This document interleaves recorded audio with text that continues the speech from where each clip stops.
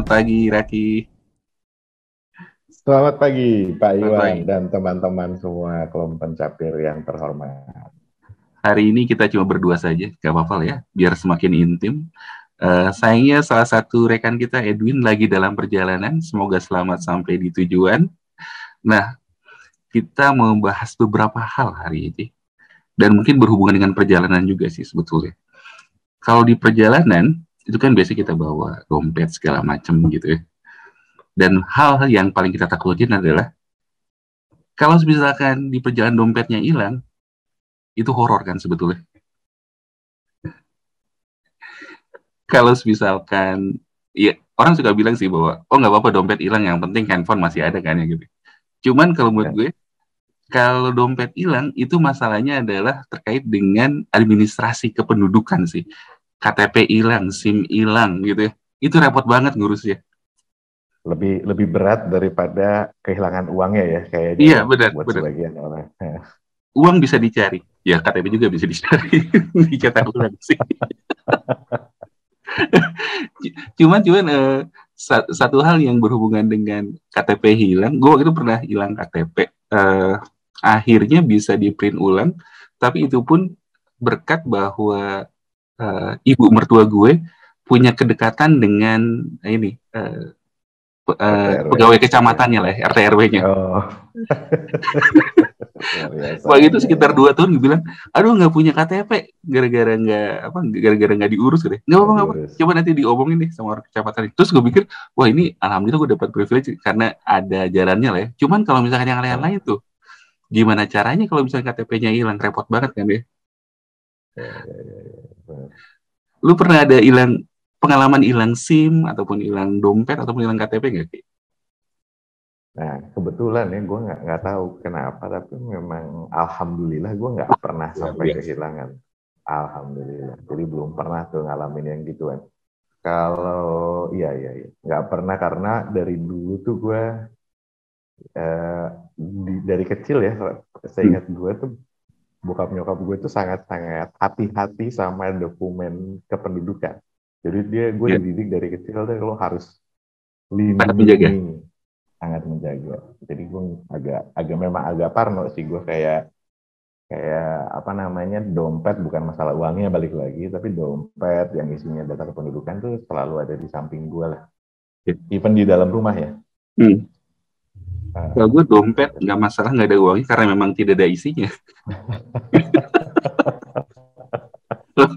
Karena kan transaksi sekarang udah elektronik semua tuh. Kadang-kadang suka suka Ya, ribet sendiri waktu misalkan bayar parkir, tiba-tiba, oh maaf mas nggak bisa pakai e-money gitu. Aduh gitu. Akhirnya gue begitu pernah sampai harus kayak parkir dulu, ngambil dulu uang KTM demi membayar ya, parkir secara manual. parkir. Iya, aduh, buat banget. Nah, Ki, ngomong-ngomong itu masalah apa ya, KTP, administrasi kependudukan, eh, kebetulan gue kan kerja di bank gitu ya. Itu tuh jadi salah satu hal yang paling krusial pada waktu kita ingin apa ya, membuka rekening ataupun ingin mendapatkan akses lah ke jasa finansial gitu ya. Cuman permasalahannya yang gue rasakan adalah kadang-kadang nggak semua nggak semua orang itu baik lagi belum punya KTP gitu ya.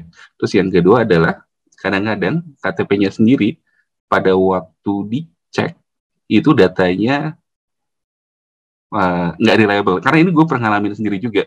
Gue waktu itu kemarin pernah mencoba membuka akun digital di salah satu bank digital lainnya. Terus pas gue masukin datanya, dibilang data Anda salah. Loh, gimana salah? Waktu itu gue disuruh masukin nama ibu kandung sebetulnya. Terus dibilang, silakan hubungi data Dukcapil untuk mengupdate data Anda. Waduh, gimana caranya ngehubunginnya ya? Gue sampai bingung, akhirnya nggak bisa buka sama sekali. Terus gue jadi berpikir bahwa, wah, ini kalau nggak ada proses yang benar gitu ya, bahkan orang yang saat ini udah punya data KTP pun bisa mengalami kesulitan gitu. Entah itu mungkin salahnya di gue, yang emang salah nulisnya nama ibu kandung, mungkin salah spelling atau gimana gitu ya. Mungkin gue menuliskan dengan nama kecil ibu kandung gue, bukan bukan nama asli yang di KTP-nya dia, tapi gue waktu itu inget pakai referensinya adalah KTP nyokap gue sih sebetulnya. Nah, gimana Ki menurut lu? Yes, jadi kalau kalau ini ya, kalau gue lihat sebenarnya kita ya karena kita hidup di dunia yang mungkin waktu kita kecil, waktu zamannya kita berdua ngurus KTP gitu ya, itu belum ada istilah KTP elektronik gitu ya. Terus jadi kita ngelihat berbagai permasalahan dulu tuh tren banget orang punya KTP banyak gitu ya. Walaupun sekarang masih ada teman-teman gue yang punya KTP lebih dari terus sampai Udah, maaf, sekarang kita punya KTP lebih dari satu, ini masalah uh, untuk apa? Legal atau ilegal? nggak ngerti gitu ya. Ada waktu itu temen gue, bukan temen ya, ada orang lah gitu yang ngomongnya gue punya KTP 2 gitu. Itu ada yang ini bedanya macam-macam, ada yang beda status pekerjaan, ada yang beda status ini menikah. Gue nggak tahu tujuannya dia buat apa gitu ya. Tapi gitulah ya kira-kira. Dulu tuh ngetren banget ya kayaknya zaman-zaman kita masih kecil orang punya KTP banyak. Sekarang makin susah sejak ada KTP elektronik gitu ya. Jadi makin susah orang punya KTP lebih dari satu. Tapi di satu sisi ya kalau kita perhatikan sekarang, jadi alhamdulillahnya pembenahan mulai ada lah ya gitu. Menurut gue sejak adanya KTP elektronik gitu ya, concernnya pemerintah terhadap data dan akurasi dan kelengkapannya mulai ada gitu. Jadi gue lihat sejak beberapa waktu ke belakang ini mulai baik. Tapi memang ide besarnya gitu yang udah lama dibahas sebenarnya di Indonesia adalah gimana caranya kita mempunyai digital ID yang single gitu ya, single digital ID. Jadi masing-masing orang ya unik gitu.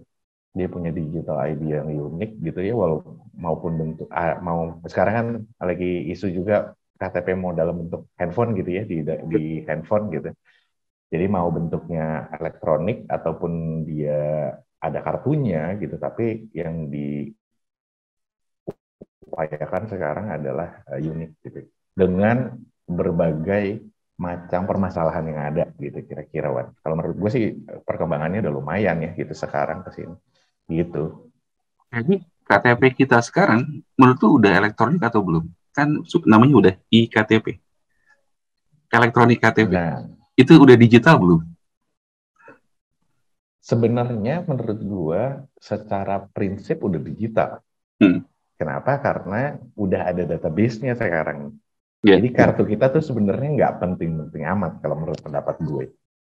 Gitu. Benar, benar. Ya. Selama orang bisa ngecek gitu kan ke datanya Dukcapil. Kalau gue ngomong atau ya misalnya gue ngasih nomor ID gitu ya ke orang, ya Hmm. sebenarnya tinggal dia cek ke Dukcapil untuk bisa tahu bahwa ini benar nomor ID-nya sekian tuh nama gue gitu. Harusnya sih begitu kalau menurut gue. Jadi Hmm. penting nggak penting ya sebenarnya bawa kartu fisik gitu Punya sebenarnya fisiknya itu. satu-satu sebenarnya. Datanya udah ada semua. Iya, ya.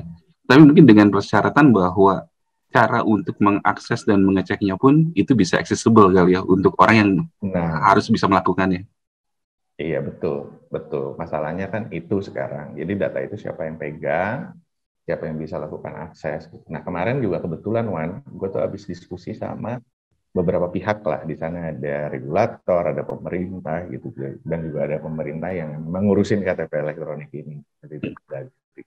Jadi memang concernnya mereka adalah ngedorong elektronifikasi ini jalan gitu kan. Artinya mereka komplain tuh sama ini sektor jasa keuangan masih aja katanya udah minta akses ke data yang ada di Dukcapil gitu ya. Tapi masih aja minta fotokopi KTP. Buat apa katanya fotokopi KTP itu udah nggak relevan lagi. Kan lu udah punya akses ke data gue katanya gitu. Dan lu nggak perlu Iya, lagi iya. lah fotokopi KTP. Iya, Iya. benar-benar. Gue kemarin waktu itu pernah hilang debit card. Oke. Ada dua hal yang ditanyakan sama mereka. Pertama adalah gue perlu dimintain surat keterangan kehilangan dari kepolisian, terus KTP diminta, terus bener di fotokopi dulu ke belakang, terus gue Iya, mikir, ngapain kenapa, katanya kenapa gitu. di fotokopi ya? Katanya elektronik. Iya, itu dia. Harusnya ya kalau Iya, misalkan si bank atau si jasa keuangan dia memang punya akses ke Dukcapil, harusnya nggak perlu. Yang lo perlu lakukan adalah verifikasi kok. Yang penting punya nomor KTP, nama, terus lo verifikasi bener nggak nih orang. Cukup sebenarnya karena datanya dirahasiasi. Itu. Mungkin gue kepikir ini juga sih, bisa jadi adalah karena emang metode untuk mengakses dan memvalidasi KTP-nya itu sendiri emang masih belum terdistribusi ke semua orang yang perlu melakukan pengecekannya itu gitu. Jadi akhirnya mungkin secara prosedural karena biasanya buat dokumentasi dan filing gue fotokopi, siapa tuh nanti dicek kayak akhirnya di fotokopi gitu. Padahal sebetulnya kalau misalkan itu bisa dicek on the spot gitu ya sama orangnya. Kayak misalkan kita pakai debit card kan gitu, cek on the spot, masukin PIN, data kita keluar kan kayak gitu ya. Mungkin belum sampai saat ini masih belum terdistribusi seperti itulah buat cara ngaksesnya itu. Readers buat si KTP-nya itu. Nggak tahu ya. Cuman kan secara logika nggak perlu fotokopi KTP. Oh iya benar. Iya benar. Nggak ada alasan ya fotokopi KTP itu diperlukan untuk bank ya maksudnya ya. Gitu kalau menurut gue gitu. Jadi ya nggak ada gitu, nggak ada. Ya apalagi ya sekarang ya, apalagi lu bicara digital. Artinya apa? Ya kalau lo hilang ya lo buat aja digital gitu, si KTP ini gitu kan cukup gitu. Atau kasarnya, Pak minta fotokopi KTP, udah deh pakai ini, udah saya fotokopiin, saya megang banyak fotokopi KTP gitu misalnya. Tapi kontennya lo rubah gitu kan bisa aja. Kenapa enggak? Gue tahu kenapa kira-kira ya. Gue tahu kenapa itu masih tetap harus ada si fotokopi KTP. Karena kalau nggak ada, nanti industri kacang rebus itu bisa hancur. Karena nggak ada pembungkus sih. Industri gorengan. Dan gorengan juga akan hancur. Dari mana mereka dapat pembungkus gorengan? Bener ya, kalau kita bicara paperless, kasihan loh mereka. Iya, pakai apa coba? Kertas bekas dari mana? Iya. Tapi ya digital ID ini kan maksudnya gini, idenya tuh luar biasa. Maksudnya dengan kita melihat elektronifikasi atau digitalisasi di berbagai industri, maka ini jadi penting banget ya Wan. Gitu. Kalau di bank kan kita udah kenal yang namanya KYC ya, atau eKYC itu kalau sekarang, Know Your Customer Principles gitu. Jadi kalau kita mau transaksi di sektor jasa keuangan, ya harus bisa diidentifikasi dulu kita siapa nih yang mau melakukan transaksi gitu, baru bisa. Nah tapi kalau kita lihat di healthcare juga sebenarnya makin perlu gitu kan gitu. Terus di daerah di industri lain juga perlu gitu. Nah jadi digital ID itu penting banget buat suatu negara ya kalau menurut gue. Iya. Satu hal yang berhubungan sama negara yang gue kepikiran adalah saat COVID ini kita kan banyak pakai peduli lindungi tuh. Di mana data kita pertama kita registrasi dulu pakai KTP segala macam gitu ya. Terus di situ kan keluar tuh data kita udah divaksin berapa kali gitu ya, kita login di mana gitu ya. Menurut gue itu mungkin salah satu cara untuk mengedukasi kita dan mengakselerasi penggunaan digital ID itu sendiri sih. Karena kan kita jadi terbiasa tuh sebetulnya untuk pakai suatu aplikasi untuk mengidentifikasi kita ini siapa sih. Kayak sebetulnya yang paling serem adalah gini sih. Sekarang kan untuk masuk kantor, masuk mall, masuk ke fasilitas umum, kita kan mesti scan dulu tuh pakai si peduli lindungi. Trace kita secara valid itu bisa ketahuan kita pernah kemana aja, kapan aja, dan mungkin sama siapa. Karena Benar. Itu bisa ke-trace. Benar. Ada siapa aja di mall itu juga bisa. Ada siapa aja di mall itu bisa ketahuan gitu. Iya, tapi itu bagus karena akhirnya kita jadi terbiasa untuk pertama adalah orang bisa memvalidasi kita itu siapa, dan kita pun ya bisa nge-present sama orang bahwa kita adalah orang yang valid dan kita punya right to access the service lah kayak gitu. Termasuk kayak misalkan program pemerintah gitu ya. Pemerintah bisa mengasih bansos segala macam, gimana sih caranya biar si bansos ataupun bantuan pemerintah itu bisa tepat ke orang-orang yang emang berhak untuk mendapatkannya. Ya, salah satu caranya adalah mungkin ya dengan penggunaan si ID tersebut baik secara digital atau iya. Benar. Nah, tapi kayaknya banyak negara yang juga masih bermasalah ya, masalah ID. Lepas dari digital atau enggak digital, nah kebetulan gue juga pengen share nih, Wan, datanya, Wan. Coba. Nah, ini coba kita lihat ya, sama-sama ya. Kelihatan kan ya? Ya, keluar.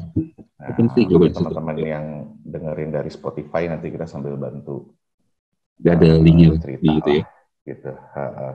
Nah, ini kalau kita lihat, ini dari McKinsey Global Institute ya, data per 2019. Kalau kita perhatikan, sebenarnya di negara-negara yang maju, gue coba langsung aja ya. Ini kan ada bicara digital ID ya, coba kita lihat sedikit. Nah, ini good digital ID katanya adalah identification that is verified and authenticated to a high degree of assurance over digital channels. Is unique, is established with individual consent and protect user privacy and ensure control over personal data.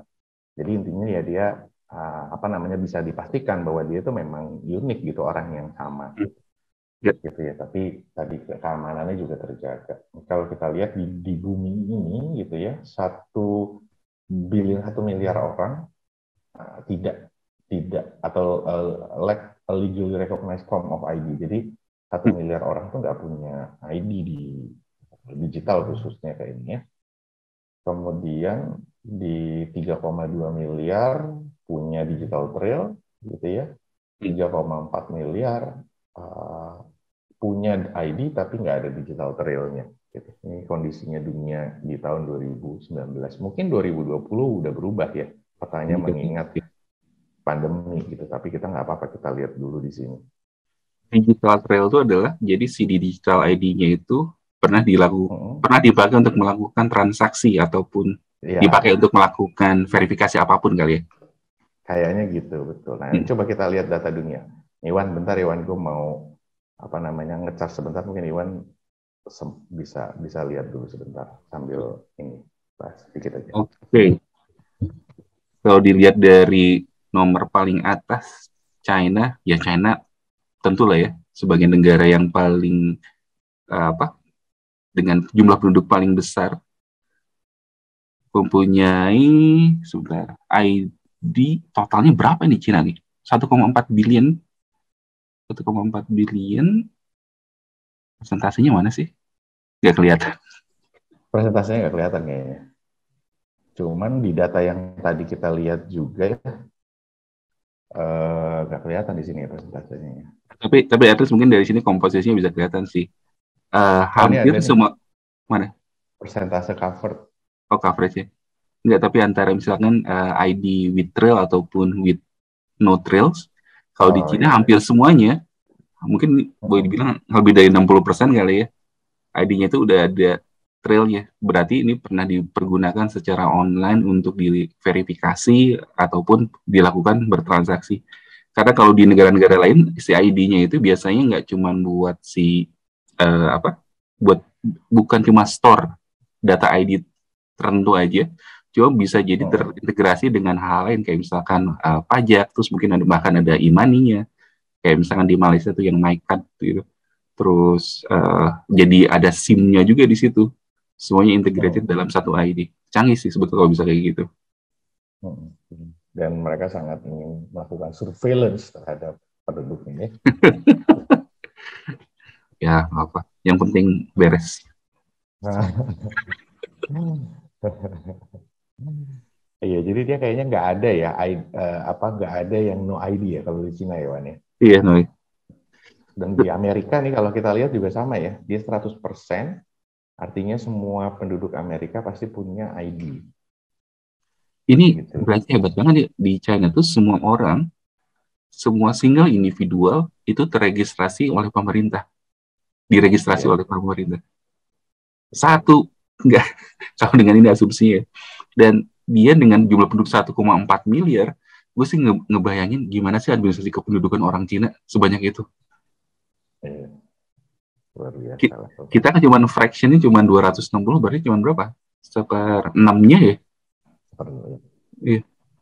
Iya. 1/4-nya India ya kita ya. Iya. India kan kira-kira 900-an sampai 1 miliar. Iya. Nah, India tuh problematik ya kalau kita lihat ya. Mm.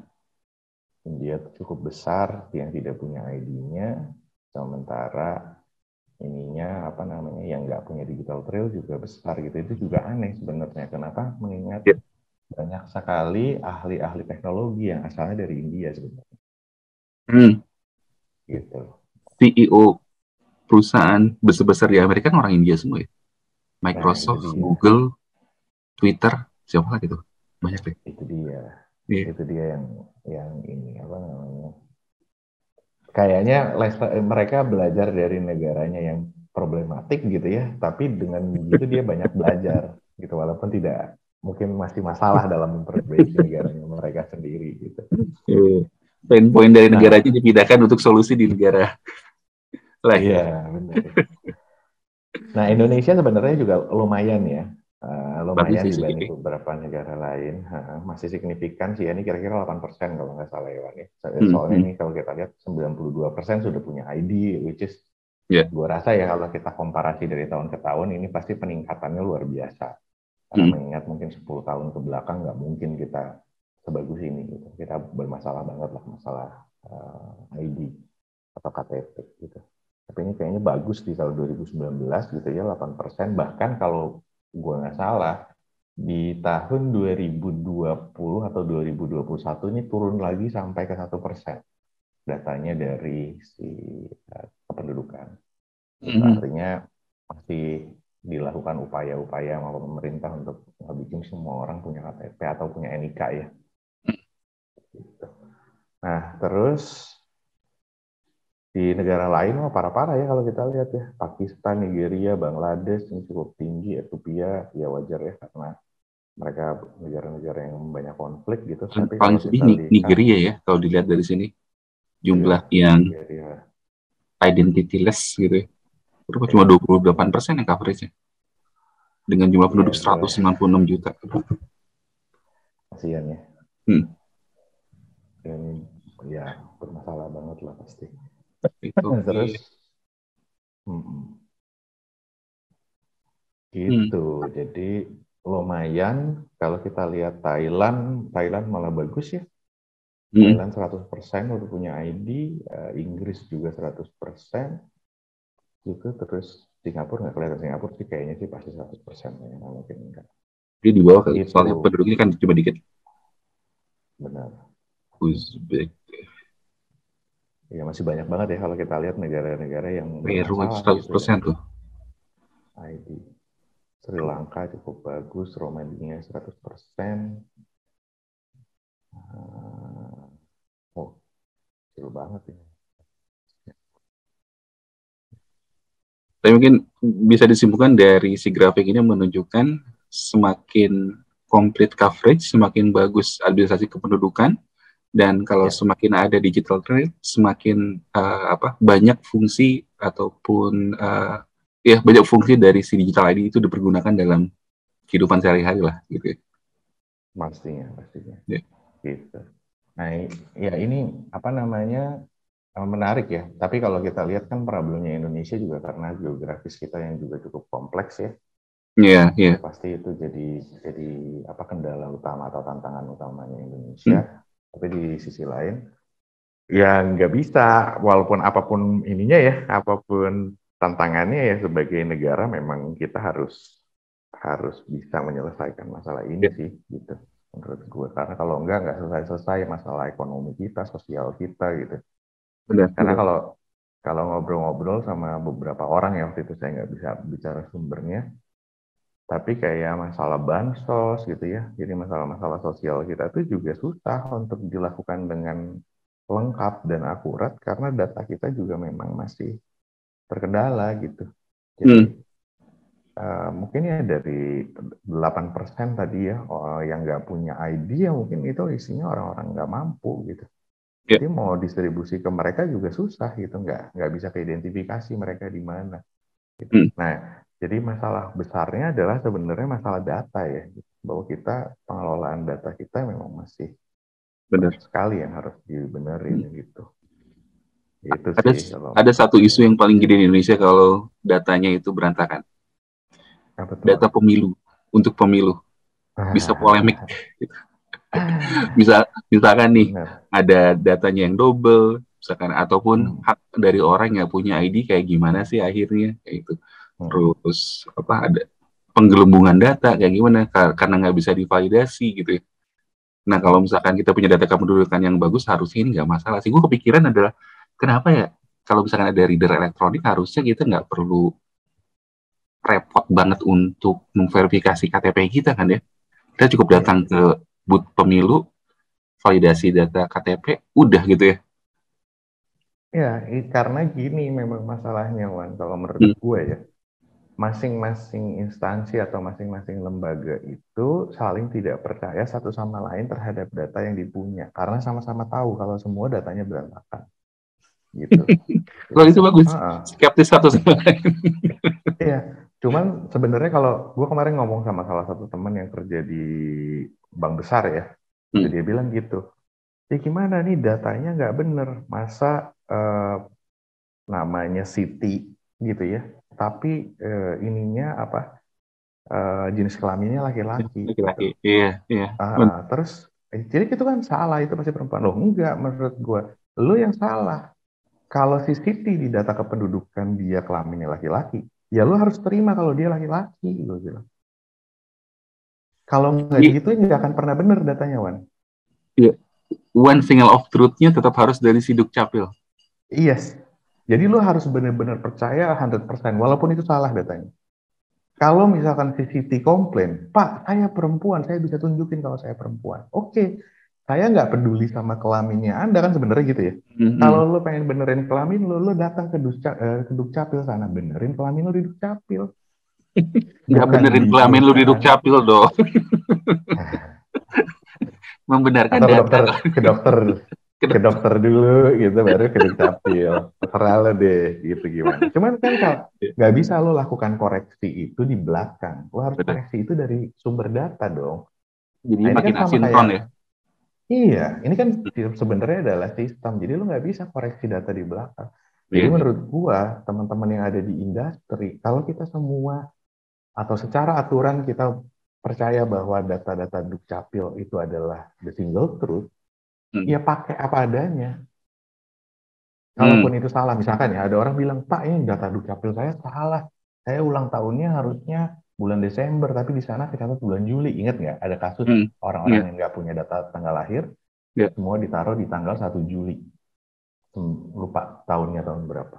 Iya. Semuanya tapi ulang tahun 1 Juli. Terus dia komplain, saya bukan 1 Juli, saya Desember ulang tahun. Oh ya udah, benerin sana. Benerinnya di Dukcapil. Hmm. Jangan di sini Iya. benerinnya. Gitu. Karena kalau nggak kayak gitu nggak akan pernah benar datanya. Benar, benar, benar. Tapi mungkin satu hal lagi sih adalah gimana caranya kita bisa ngakses ke Dukcapil itu yang awareness-nya ataupun pengetahuannya masih belum ada sih di masyarakat. Kalau Ya. gue salah data nih kayak misalkan ya kayak gue tadi Hmm. gitu. Nyokap gue namanya siapa sih yang bener di Dukcapil gitu. Hmm. Gimana caranya gue bisa ke Dukcapil atau lewat apakah ke kecamatan, kelurahan atau kemana kah gitu ya untuk bisa Hmm. ngevalidasi atau ngebetulin data tersebut. Gue kan Nah, nggak mungkin semuanya decentralized kan gitu ke masa gue mesti iya, orang Bandung mesti ke Jakarta gitu buat ngebetulin data. iya benar. Jadi memang kalau yang gue tahu ya memang mau nggak mau kita ke kelurahan dan atau ke kecamatan gitu ya untuk Hmm. Hmm. lakukan pembenahan ini. Yang kita nggak tahu adalah apakah di sana bisa Iya, melakukan itu. iya, iya. Kalau memang fokus kita atau nafas kita adalah akurasi dan kelengkapan data, maka harusnya clear nih semuanya. Jadi dari ujung ke ujung ya. Tadi Hmm. gue cerita teman gue yang di sebuah bank besar bilangnya, kalau gue bilang si Siti ini laki-laki, pada Hmm. saat OJK datang melakukan audit dan dia ngelihat Siti laki-laki, gue akan jadi temuan, kata dia. Loh, kalau lu sampai jadi temuan OJK, menurut gue, lu harus bilang sama OJK, single truth data gue adalah data Dukcapil. Iya, Lu nggak bisa benar, ngasih temuan. Kalau mau betul. ngasih temuan ke Dukcapil, jangan ke gue gitu. Jadi Hmm. kita tuh semua harus punya pemikiran yang seperti itu menurut gue. Karena kalau Hmm. nggak begitu, nggak akan pernah benar sih digital ID-nya Indonesia. Benar, Kalau benar. semua orang ngasih koreksi di masing-masing ujung-ujung gitu. Nah, tapi pada saat data disatuin ya beda lagi semua pasti. Termasuk tadi Wan data pemilu. Iya, gitu. iya. Pemilu harus pakai digital ID. Kalau misalnya orang marah, oh harusnya saya bisa ikutan pemilu, tapi di data Dukcapil nggak ada. Ya lo urus ke Dukcapil, bukan ke KPU. Benar, benar, benar, benar. Begitu menurut gue Iya. sih. Ini kalau dipikir, ya mungkin salah satu aspek bernegara itu adalah kita diakui oleh negara itu sebagai penduduk yang sah kan. Dan salah satu caranya adalah dengan mendapatkan si ID tersebut. Si ID tersebut bakal menentukan hak untuk kita mengakses fasilitas ataupun Exactly. ya apapun yang Exactly. Jadi negara berikan. ya mikirnya adalah reward and punishment kan. Iya. Jadi kenapa sih gue butuh ID gitu. Jadi Mm, orang tuh semua berpikiran penting loh gue ngurus ID. Let's say orang yang nggak punya ya gitu. mm. Orang miskin yang harusnya dapat bantuan sosial. Ya dia harus juga berpikir kalau gue punya ID, pemerintah jadi mikirin gue. Iya, Kalau iya, gue nggak punya ID, gue jadi nggak bisa kena dapat bantuan. Jadi gue akan ngurus iya, KTP gue gitu, datang ke kelurahan ngurus KTP. iya, iya, Jadi iya. memang harus begitu. Daripada mungkin yang sekarang terjadi nih mungkin ya, Mm, lo mendata semua orang miskin, terus mm, lo tidak menggunakan data Dukcapil, lo menggunakan data orang miskin gitu. mm. Yang nggak Itu aneh nyambung sih. sama data Iya, Dukcapil, itu iya. aneh. Jomplang semua sih jadi. Ya, Iya. benar juga sih. Harusnya mungkin gini. Gue nggak tahu sih apa yang terjadi di lapangan gitu. Kayak misalkan untuk melakukan pendataan orang miskin yang emang nggak punya data KTP segala macam, ya mungkin dari departemen sosialnya membantu untuk si orang-orang itu bisa mendapatkan si KTP-nya itu sendiri. Jadi nanti pada saat emang dibutuhkan untuk mendapatkan bantuan, dia emang udah punya data yang sah sehingga ya dia bakal lebih mudah untuk ngedapetin Ya. fasilitas apapun itu. Iya. Iya, iya. Ini koordinasi dan integrasi antar instansi itu memang sangat diperlukan ya untuk. Sangat dipentingkan, betul. Sama kayak kita ngurus sistem di perusahaan kan, Wan. Mm, Kan lo mm. nggak mungkin koreksi di laporan. Iya, iya, Data nggak bisa data di diujuk. database Iya, salah, iya kan? Lo benar, benar. koreksinya di laporan. Ya laporan nggak akan pernah match sama sistem gitu. Kalau lo mau koreksi, ya koreksi data di database dong gitu. Mm, Gitu. Koreksi dengan cara yang benar ya, nggak bisa juga ya, lo masuk ke database terus lo rubah gitu kan. Harus biasa ada sih metode kalau di kantor koreksi. gitu sih tembak belakang Nah, disamain datanya semuanya biar cepet. iya.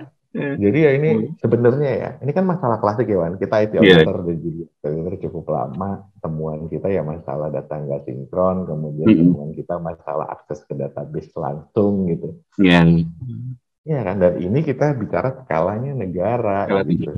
Nah, solusinya ya sama-sama aja sebenarnya. Cuman yang Iya. jadi masalah untuk menjalankan solusi ini ya lo butuh effort yang besar dan sinkron dari banyak pihak. Termasuk tadi pihak bank, pihak OJK, pihak Bank Indonesia, semuanya harus punya pikiran sama tuh masalah data.